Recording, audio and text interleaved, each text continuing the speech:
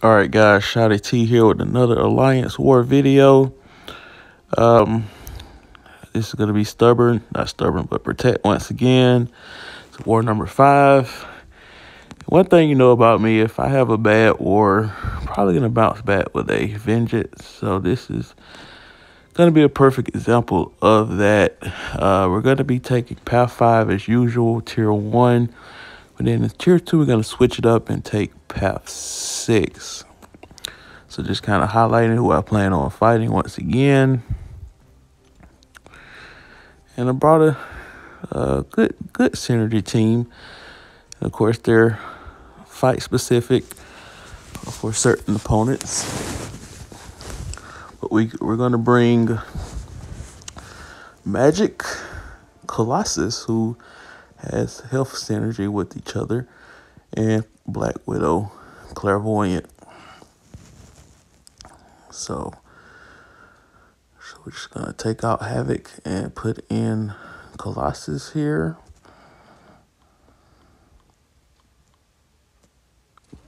There we go.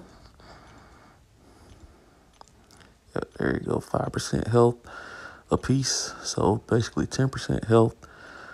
It's almost like a free lesser health boost for the whole war, which is pretty cool. So first fight, we'll get our buddy Warlock. Remember that fight last war? Yeah. So it's perfect. I get to face this guy right out the gate. So this one's gonna go. Really gonna go how that second fight against Warlock should have went. How it normally should go. Like I said, that first Warlock fight was just bad AI. And like I said, I didn't get him to throw the specials when I didn't have an infections, and that made a difference.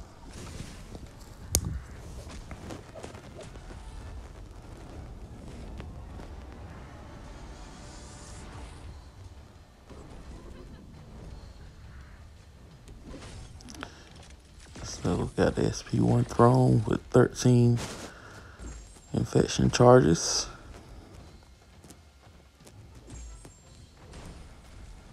So we got him at 17, so I'm gonna parry one more time and beta special. Now remember, this was the stage in that fight last war, and made one little mistake there, and then we get ourselves cornered. I think the main mistake there, I just wasn't paying attention to my passive fury when it expired, and he basically ended up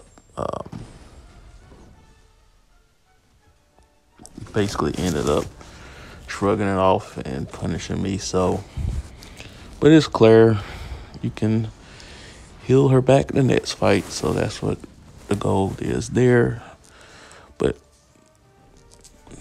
got the one shot nonetheless. So this next fight, obviously we're not going to bring Claire or Magic because it's just suicide, literally. So we're going to be bringing Mr. Colossus. He's going to parry heavy. He's incinerate immune, so don't have to worry about the Nova Flames, or not Nova Flames, but the incinerate. So we're just going to make quick work out of this fight here. And you get to see SP1 deaths. I gotten pretty good at deaths in that SP1. All 4 hits, actually. Because I faced Human Torch and Alliance Quest in my path. That's the first opponent. So kind of got used to having to deal with this SP1. So there was that fight there. Of course, you can always duel whoever you want to duel for practice evading certain specials as well. Goal is still to get Apocalypse special down pat. At least where I'm confident enough to use it in war, but it's kind of hard. It's high stakes to try to pull off a special dex in war, knowing if you get hit, you're probably dead or close to it. So just the margin of error. So it's just so much risk. But here we got a pretty easy opponent here. We got Night Thrasher, So I figured I'd go ahead and use Claire, try to heal a little bit. Didn't get quite as many crits that I wanted to off that special though, so didn't get that big heal. But nonetheless, it's still a heal.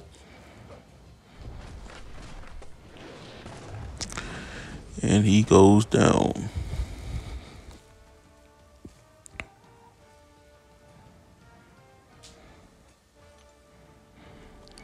All right, next fight here.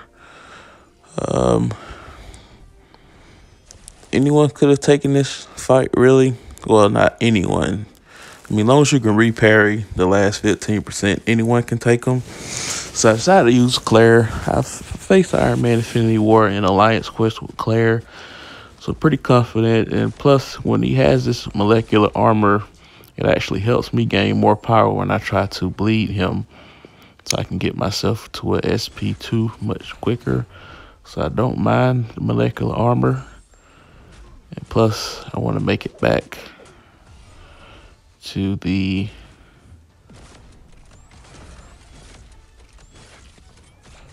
SP2.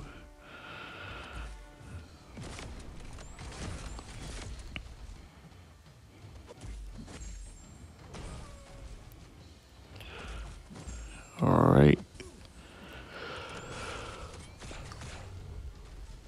So this fight's going pretty methodical. You know, like I said, we're just trying to heal ourselves first before we start trying to put the bigger damage to the fight. So we're almost at 100% now. Such a potion saver. So now he has that molecular armor. And I get hit, so all that healing for nothing. But we're heavy countering there. Like I said, these are things you want to be able to do when you're facing Iron Man Infinity War. Heavy counter and reparry. That wins the game pretty much with anyone.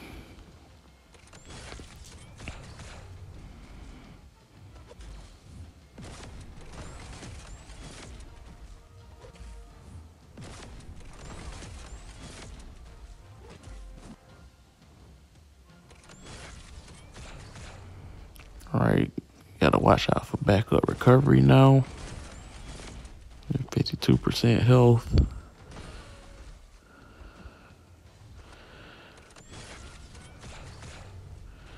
So I figure since he got 0 bars of power, that's a good opportunity to trigger backup recovery. And now we're back at 89% health. Gonna try to heal one more time.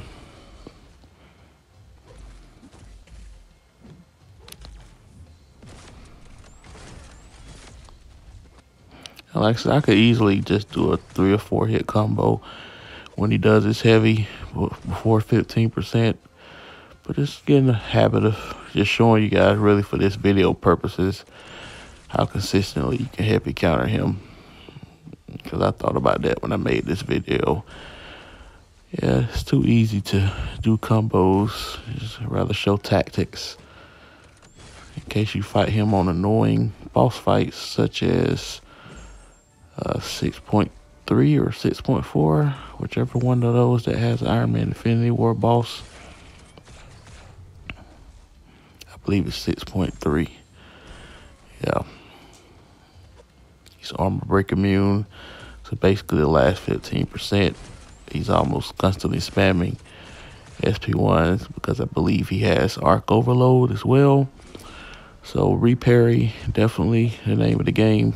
But there are certain counters such as Human Torch avoid on that fight. But he saved up our SP3 to make sure I just bypass the 15%. So that worked like a charm there. So we get Korg once again. And I want to check his SIG level to see how many pairs I got to deal with. So 59.55% chance to shrug it off. So we're gonna really, it's RNG dependent, but sometimes 6% can seem like 100%. And you're definitely gonna see that in this next war video that I'm gonna post. I mean, it was ridiculous how many shrugs you saw. And as you can see, this one getting off to a fun start with the shrugs.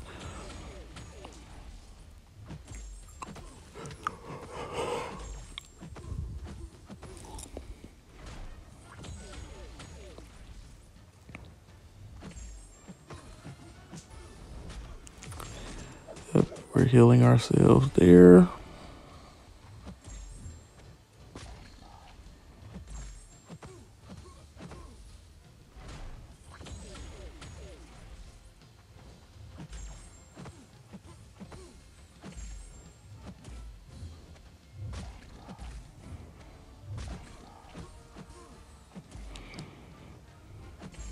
I purposely triggered the Mix Master.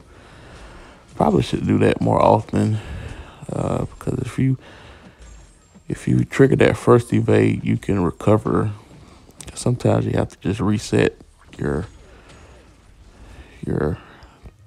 combo attack just to maintain control of the fight. So it'll be something definitely to apply moving forward. Like I said, if that was done, this current war, not this one that I'm showing, but the one that we're currently in, probably would have made it past this fight without dying. But again, that video will be coming probably sometime later tomorrow evening after that war is over.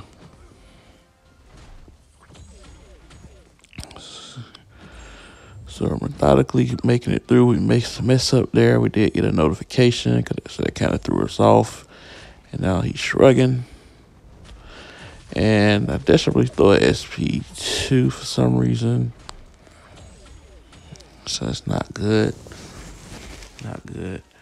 He has 11 prowess charges, by the way. So if I get hit by SP1, I'm dead. So that's very fun. Luckily, this SP2 does deal 8 hits. So we was able to put it back down to 2 prowess charges.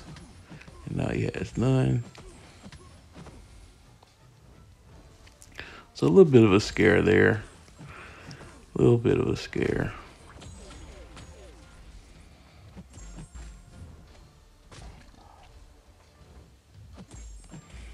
Right now he's starting to get sticky with the shrugging.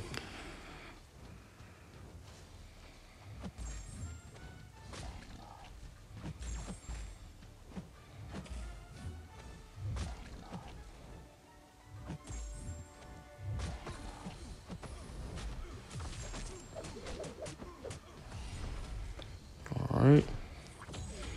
Yeah, we got plenty of time.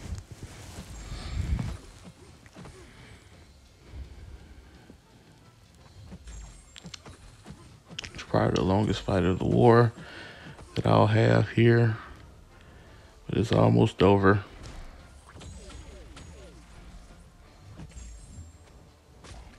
He's still shrugging off, even in assassin's range. It's amazing.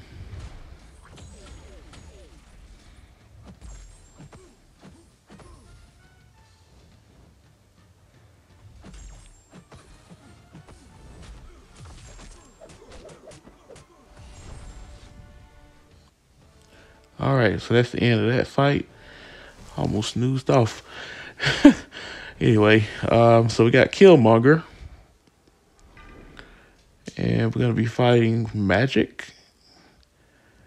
And the whole purpose here is just to get myself to a SP2 and take over the power control. Of course, we can get a little bit of reverb. But we'll rather let him throw his SP2 so he can start back with 0 bars of power. Just going to wait out the Footloose. And since I have high level MD, when they expire, I actually gain some power there. So now we're already at that level. So it kind of works in good harmony with the reverb. I can offset it with the limbo. So it's just a perfect matchup here on this node. And the nice standing intercept there. And we're just blasting away in the corner.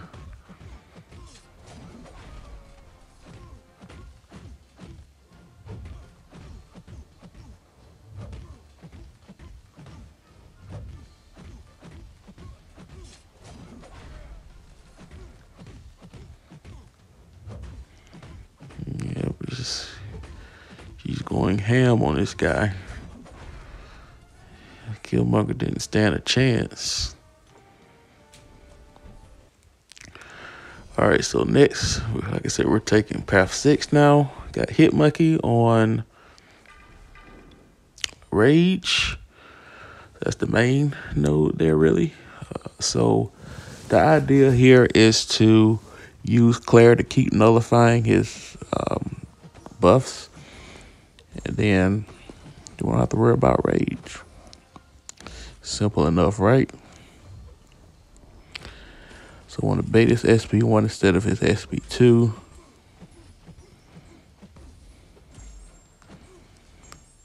So we're going to bait the SP1 here. All right, that's done. So now we're going to throw the SP2. So if he happens to trigger Rage, then I'll gain Mystic Charges while that buff immunity is active.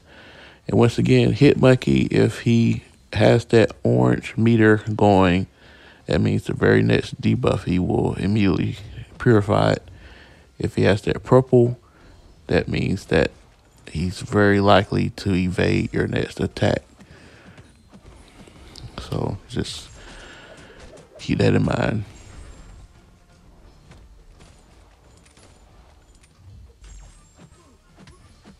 So there's the evade.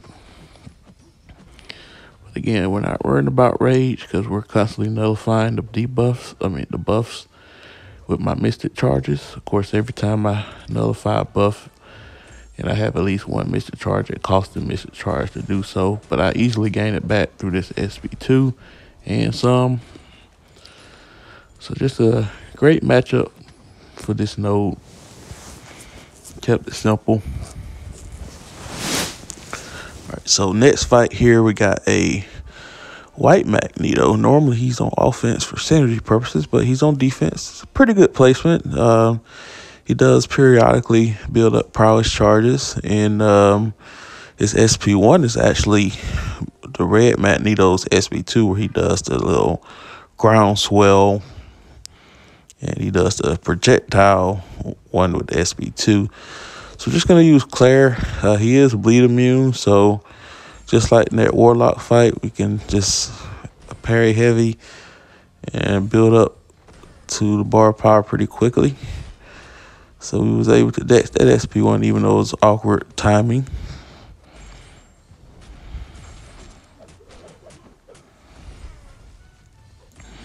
But no big deal.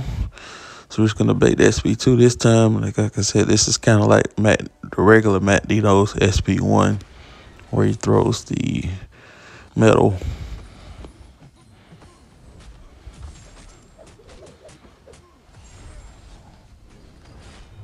And we was able to dodge that SP1. Then we're gonna dodge one more. Here we go. And looks like one more. There we go. All right, and he's down. All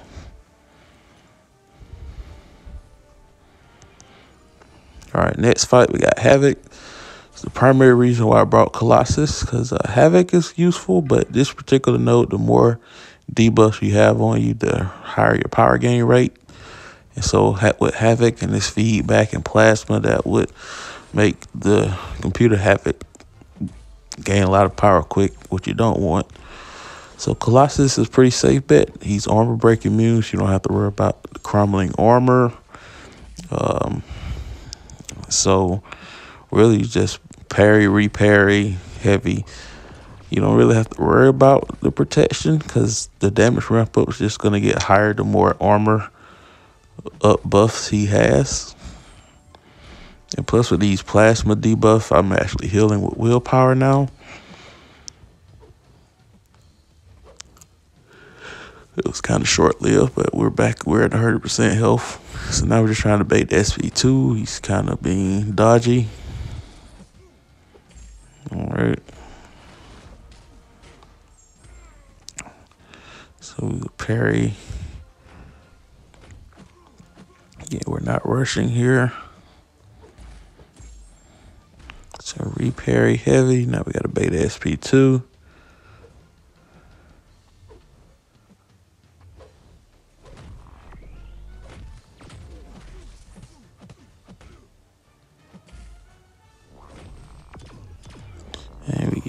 there by mistake, but luckily this SP1 doesn't hit too hard.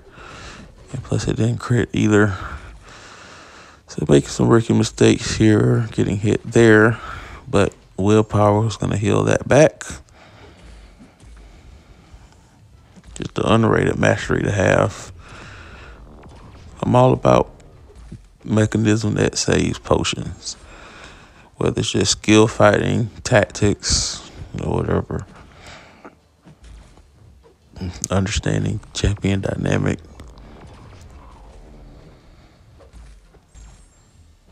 We're almost there.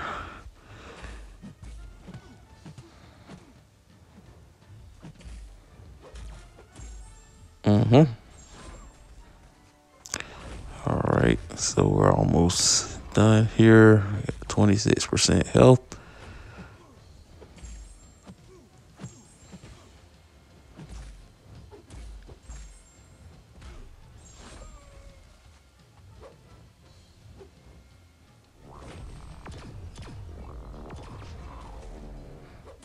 All right, we're just taking our time here.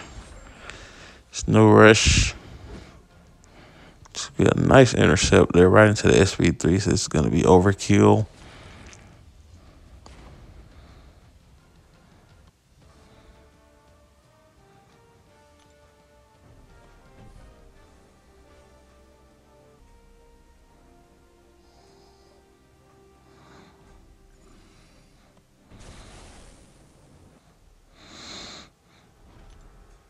Okay. All right, so now we got a thing, and we're going to be using Claire. As you guys recall, a few wars ago, we used Claire to finish off thing boss at like 35-40% health, and I said, well, she might not be a bad viable option. So on this stun reflect, I decided to use Claire. So I can manage the rock stats in her bleed curse by doing a double medium combo. And again, just to calculate yourself, it's 8 hits for the SP2. So you want to make sure you start, or of course in her case, but you want to make sure you know how many hits your champion special attack does when you're facing someone like Nick Fury or Thing, where rock stacks or tactical charges matter, and when in Nick's case become unstoppable, unblockable, and in Fury's case become unstoppable once you reach a certain threshold. But Claire's making some good work there. We're maintaining the rock stacks, making specials.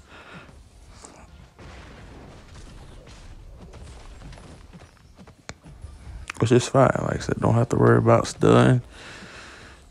At this stage, everyone should be able to intercept. The Grandmaster fights are really tested that. There are other nodes that you can try that on.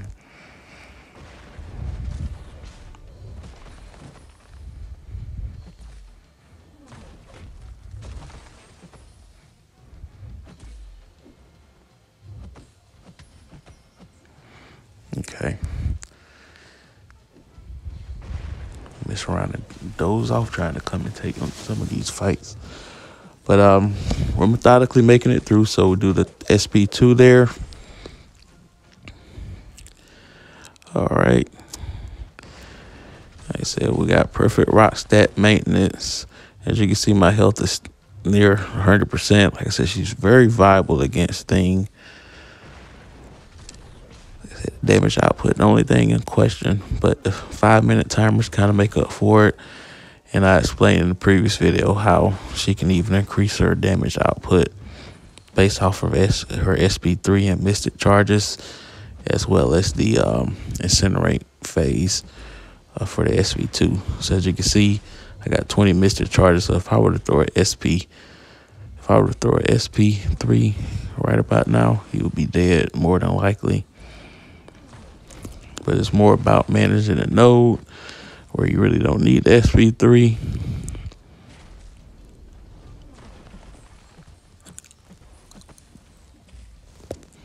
course, we're holding the block immediately after the combo, which is why I'm not parrying him. In case someone was paying attention to that. All right, so at this stage, we're pretty far ahead in the war. I don't think no. This one is razor close. Had the wrong war mixed up. I do know that their diversity was kind of subpar, so we had a little bit of an extra cushion points-wise with the diversity edge. But ultimately, most of these wars in this tier comes down to attack bonus. So we are going to boost. And we're fighting Apocalypse with magic. So we're going to do an 8% power boost damage, as well as a 200% power boost.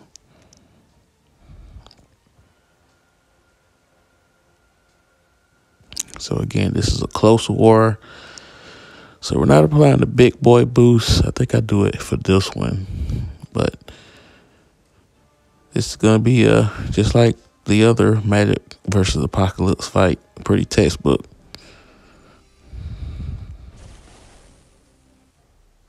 Make sure the white max brief flight was there, which it was.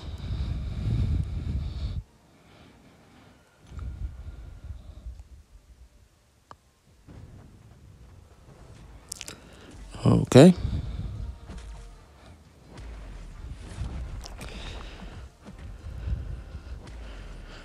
So I saw a war video where if you do like a 4-hit combo and don't do that 5th hit and just stop, you can actually force him to throw a heavy. Now this is where the fight gets very kind of interesting, because if he throws a SP1, that bleed that I have on me is going to be converted into a poison. It's going to be a pretty potent poison. So luckily he didn't throw an SP1, but there are techniques to prevent someone from throwing a special, as long as it's not like special bias. But if it's just a normal AI, you can somewhat control the special that they throw. So we just hit into his block, baiting heavy. He's pretty reliable in throwing his heavy attack when you want him to. But now it's just time to do the magic show. All right, so once again, beta heavy.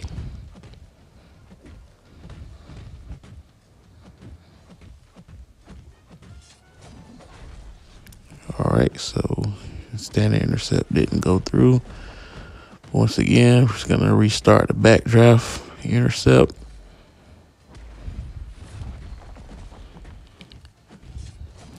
And one of these wars, I'm just going to see how much power I gain after I nullify all of those physical and energy resistance buffs.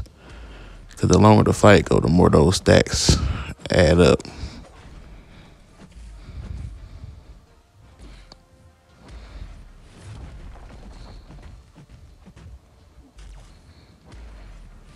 Okay. Another power lock, power steel. Baiting this heavy. Such is life.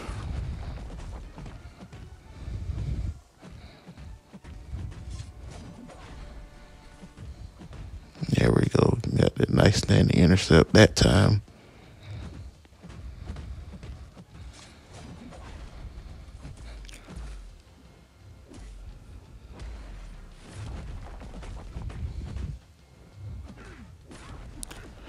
So we take a combo to the face, but luckily we had limbo. So we regenerate a lot of that back. So this does make magic suicide friendly.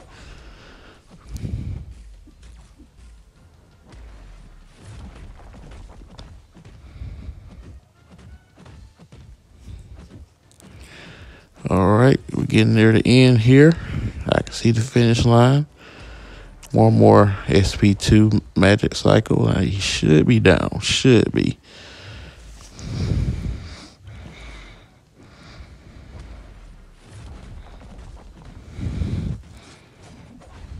All right, one more.